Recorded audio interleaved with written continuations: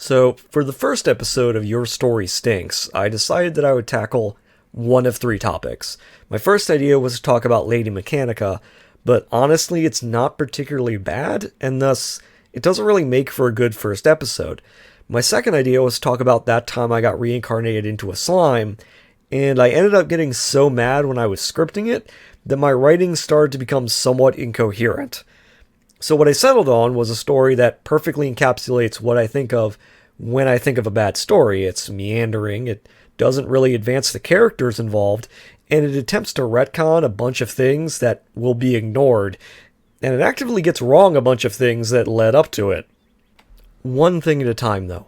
We're going to start by breaking down the idea itself. Three Jokers is an attempt to square the fact that the character of the Joker is all over the place, and as more and more writers have gotten a hold of him, he's reached something of a dead end. That's the thing about making a character that's utterly depraved. At some point, you end up having to try to one-up your previous depravity, and you end up with a character you can't actually use. Part of this is because Batman and his rogues gallery have had a problem where each successive writer makes everything darker and more depraved and more violent, leading to a state where every villain is just a different kind of serial killer. There's no real nuance or difference between any of them. A killer who kills people with a question mark motif is not really any different than one that kills people with a clown motif, because you're telling the same stories in the end about a serial killer who kills people. Three Jokers is aware of this problem. In fact, I think it's actively trying to fix this problem by separating the character into different people in order to remove the parts that the writer thinks shouldn't belong. It's an attempt to reboot the character of the Joker without rebooting anything else. But I digress. Three Jokers splits the character of the Joker into three distinct versions.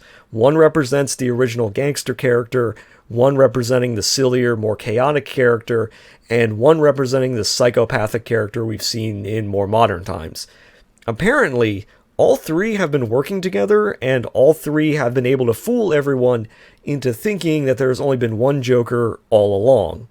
So this immediately creates a number of problems, most notably that this implies that all of these geniuses that make up Batman and his rogues gallery couldn't figure any of this out on their own.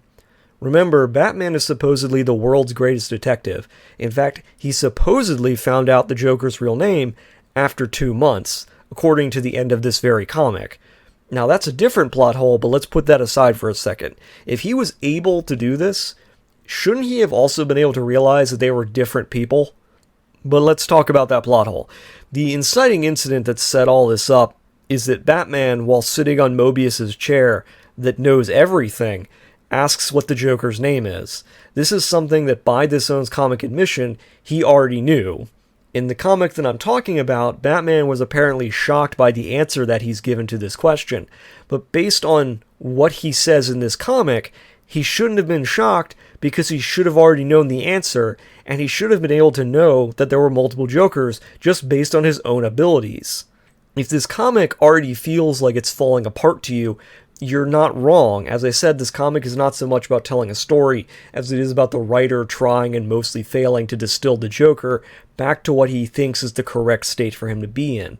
And to do this, he needs to get rid of 2 of the 3 Jokers, which he then does. The first Joker to die is the psychopathic one, the one that's blamed for killing Jason Todd and for the Killing Joke. Now, this raises a number of issues, but let's focus on how he dies, because it's extremely important and extremely stupid. Jason Todd finally gets his revenge by killing the Joker who killed him, and not only does it land like a wet fart, every other character reacts to this like it's some bizarre and out-of-bounds action. They treat Jason shooting the Joker like the revelation that the League mind-wiped everyone after brainwashing Dr. Light. They treat it like Jason has stepped over some line, and everyone starts talking about being willing to unmask to stop him. So let's talk about this, shall we? Jason Todd's entire character as the Red Hood is defined by one thing. He wants to murder the Joker.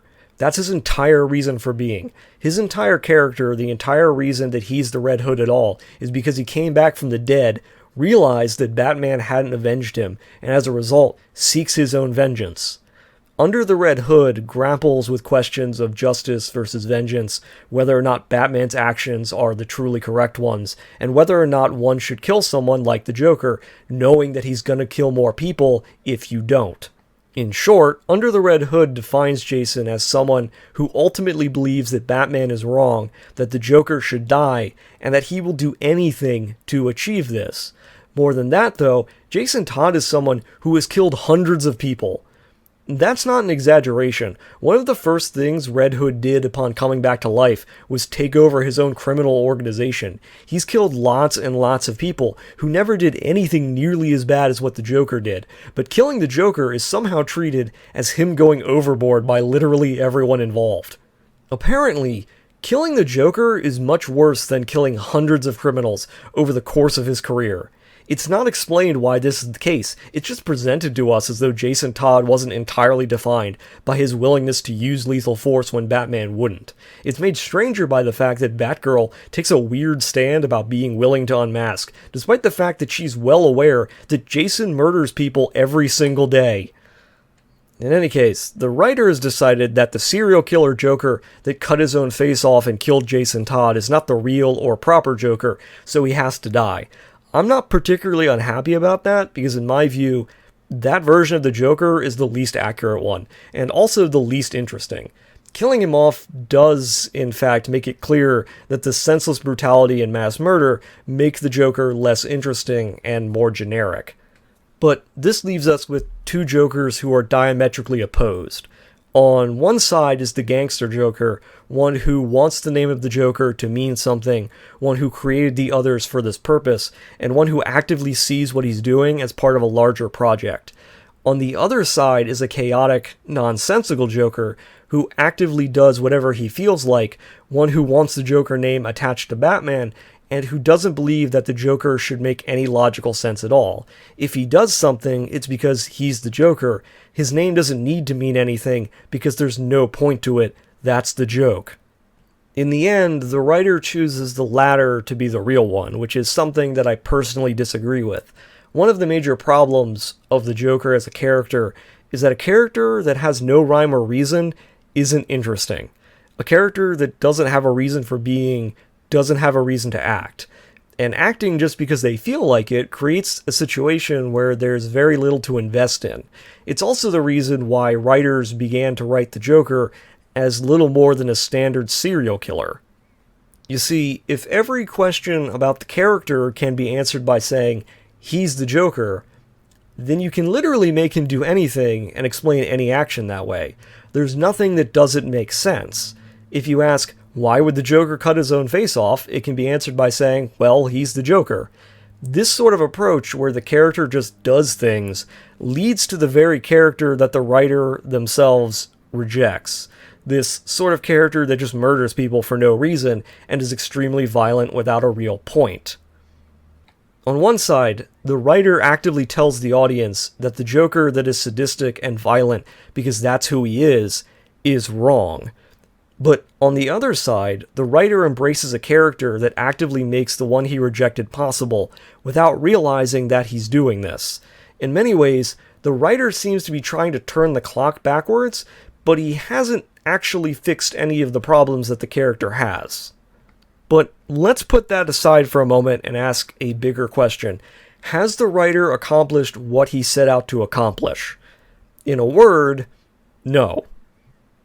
So, my term for writers who attempt to fundamentally change the nature of a character they're writing, rather than tell a good story, is Demon in a Bottle syndrome. It's a reference to the Iron Man comic Demon in a Bottle, which has Tony Stark develop, deal with, and then overcome alcoholism in a single issue. It's a comic that fundamentally changed how everyone thinks about and writes Tony Stark. But whereas that comic had no intention of changing the character forever, later writers have gone into projects with the end goal of trying to make their idea of the character the true depiction of that character. And it almost always fails. Ultimately, if everyone is trying to change a character to make their idea the real one, then no one's changes ever stick, and the audience tends to only accept the starting point as the real one. The same is true here. The writer is clearly trying to say, this is the Joker, this is who he is as a character, this is who he'll always be. But does anyone actually believe this? Does anyone think that if another writer comes along and decides that actually he is a sadistic killer for the sake of being sadistic, that he's not going to be written that way? Of course not. Because ultimately, while the comic seems to be attempting to set the record straight, it's ultimately kind of like a sandcastle. It's not actually as sturdy as it might appear. It's actually unclear if the writer is trying to talk to the audience or other writers through this comic. Is the writer attempting to say, this is who the Joker is, to the readers? Is he trying to say that the previous incarnations and depictions are actually incorrect in an attempt to change the minds and perception of the audience? Or is he talking to other writers saying that certain depictions are wrong and certain ones are right? Is he trying to stake out the position that his preferred ideas of the Joker are the correct ones? Either way, it's a failure. You cannot unilaterally decide what or who a character is when they've had such a long history and such an impact in the imaginations of the public. You can shift it, you can alter it, but you can't decide it yourself. A good example of how writers can change how a character is perceived is Frank Miller's Batman. Now, many people, myself included, hate Miller's Batman, but the endlessly quotable lines like, "I'm the goddamn Batman," changed how people saw the character.